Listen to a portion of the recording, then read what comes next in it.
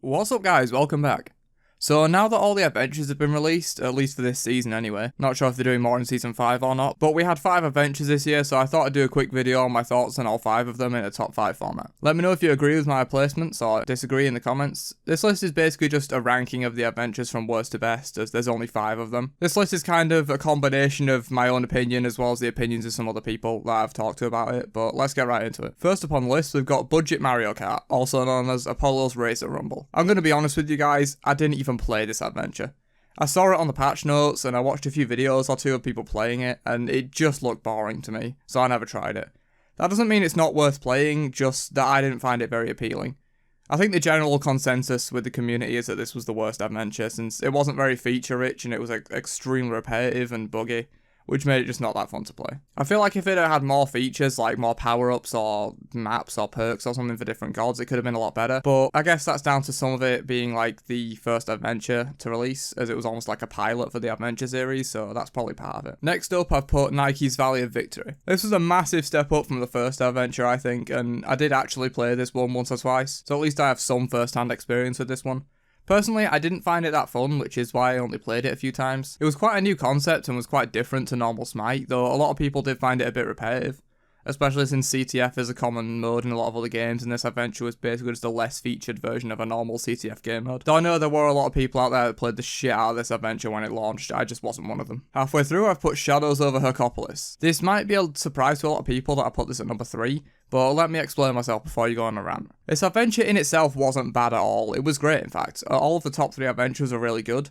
The core concept of this adventure was just as good as its predecessor, Trials of Hercules, but that's where the problems start. This adventure improved on a lot of what the first offered, but also made it worse in a variety of ways. A lot of the complaints about this adventure, including me, is that they mainly come from the fact that it was way too grindy, and like killing stuff took longer, bosses took longer, getting items took longer, the map was bigger, and all this stuff combined just provided a lot of frustration for players, along with the fact that at its core, it was just a carbon copy of the previous adventure. And for me at least, I was already a bit burnt out on the first one, making the refresh a bit less enjoyable. But the fact remains that this adventure was still the great concept that the first one was, and it was still played by a ton of people.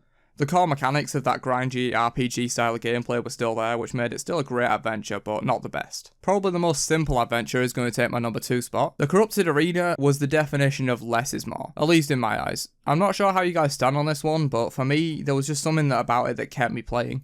The insane stuff that was possible in this, like Jing Chen pentakills and like Blink Sobek plucks to kill people off the map, was just so much fun to play. It was a great way to just take a break from being competitive and playing Conquest and stuff and just chill out for a bit, because no one really cared about winning. It was just about the fun that they had along the way. There's not too much more to say about this adventure, it just had a certain charm to it that made it super fun. I normally detest Arena with a passion, but this was some of the most fun I've ever had playing Smite in a while. And finally, as you probably know by now since it's the only one left, Trials of King Hercules was the number 1 adventure in my opinion. This concept was entirely new when it released and brought a whole new reason to play Smite. It kept the core gameplay mechanics like items and gods and abilities, but it puts its own spin on it with the grindy RPG style of gameplay that makes dungeon crawlers so much fun. I myself must have sunk at least 30 or 40 hours into this adventure, and I'm pretty sure there were plenty of people who sunk even more than that into it. I felt like there was a real sense of progression as you got new items and advanced further into the dungeon each time, beating a boss you previously couldn't due to new items. Building a good team and item builds was key to the strategy of getting somewhere in this game mode, especially in hard mode where you needed a great team and build along with good mechanics to actually even stand a chance of winning. It gave a real challenge without feeling unfair or slow or grindy like Shadows did, as I explained earlier.